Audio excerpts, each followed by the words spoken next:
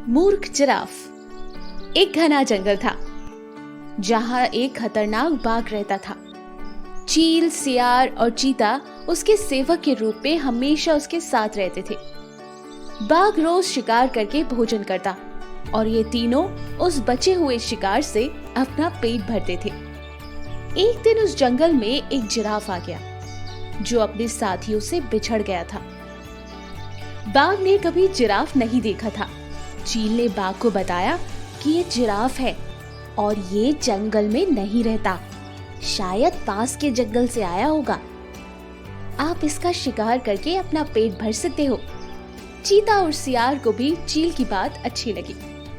तीनों की बात सुनकर बाघ ने कहा, नहीं, ये हमारा मेहमान है, मैं इसका शिकार नहीं करूंगा। बाघ जिराफ के पास गया और जिराफ ने उसे सारी बात बताई कि वो किस तरह अपने साथियों से बिछड़कर जंगल में पहुंच गया। मैं बहुत परेशान हूँ महाराज, मेरी मदद कीजिए। मैं अपने साथियों से बिछड़कर इस अनजान जंगल में पहुंच गया हूँ। सुबह से कुछ नहीं खाया है। बाघ को उस कमजोर जिराफ पर दया आई। तुम हमारे मेहमान हो, इस जंगल में ही रहोगे जब तक तुम्हारा जी करे। चील, चीता और सियार इस बात को सुनकर मनी मन जिराफ को कोसने लगे। ये महाराज भी न जाने क्यों इतने दरियादिल बन रहे हैं। अगर आज ये इसको छोड़ते नहीं तो इस मोटे ताजे जिराफ का मांस खाने को मिलता। जिराफ ने बाघ की बात मान ली और जंगल में ही रहने लगा। जल्द ही जंगल की घास और हरी पत्तियां खाकर वो तंदुरुस्त हो गया। इस बीच एक दिन बाघ की जंगली हाथी से लड़ाई हो गई और बाघ बुरी तरह से घायल हो गया। वो कई दिनों तक शिकार नहीं कर पा रहा था। शिकार न करने की वजह से बाघ और उस पर निर्भर चील, चीता और सियार कमजोर होने लगे। जब कई दिनों तक उन्हें कहीं भी खाने के लिए कोई भोजन नहीं मिला तो सियार ने बाघ से कहा, महाराज, आप बहुत कमजोर हो गए हो और अगर आपने शिकार नहीं किया तो हालत और ज्यादा खराब हो सकती है। इस पर बाघ ने कहा, मैं इतना कमजोर हो गया हूँ कि अब कहीं भी जाकर शिकार नहीं कर सकता।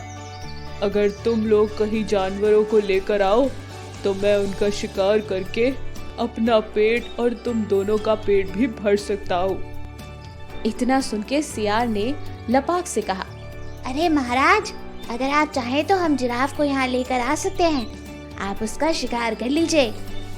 बाघ ये सुनकर गुस्सा हो गया और बोला, वो हमारा मेहमान है, उसका शिकार मैं कभी नहीं करूंगा।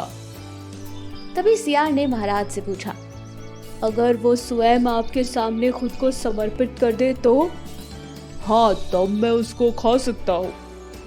फिर सियार ने चील और चीता के साथ मिलकर एक योजना बनाई और जिराफ के पास जाकर बोलने लगे, हमारे महाराज बहुत कमजोर हो गए हैं, उन्होंने कितने दिनों से कुछ नहीं खाया। अगर महाराज हमें भी खाना चाहे तो हम खुद को भी उनके सामने समर्पित कर देंगे। सियार की बात सुनकर चील, चीता और जिराफ भी बोलने लगे, मैं भी महाराज का भोजन बनने के लिए तैयार हूँ। चारों बाघ के पास गए और सबसे पहले चील ने कहा, महाराज, मुझे अपना भोजन बना लीजिए। सियार बोला, तुम बहुत छोटे हो, तुम भोजन क्या नाश्ता भी नहीं बन पाओगे। फिर चीता बोला, महाराज, आप मुझे खा लीजिए। तब सियार ने कहा, अगर तुम मर जाओगे तो बाघ का सेनापति कौन बनेगा। फिर सियार ने खुद को समर्पित किया। तब चील और चीता बोले, तुम्हारे बाद महाराज को सलाह कौन देगा, उनका सलाहकार कौन बनेगा। जब तीनों को बाघ ने नहीं खाया तब जिराफ ने भी सोचा। तब जिराफ बोला, महाराज, आप मुझे खा लीजिए क्योंकि मैं तो आपका मेहमान हूँ। इतना सुनते ही बाघ, चीता और सियार उस पर झपट पड़े। इससे पहले कि जिराफ कुछ समझ पाता, उसके प्राण शरीर से निकल चुके थे और चारों उसे अपना भोजन बना चुके थे। इस कहानी से हमें ये सीख मिलती है कि हमें बिना सोचे समझे किसी की बातों में नहीं आना चाहिए। साथ ही चालाक और धूर्त लोगों की मीठी मीठी बातों का भी भरोसा नहीं करना चाहिए।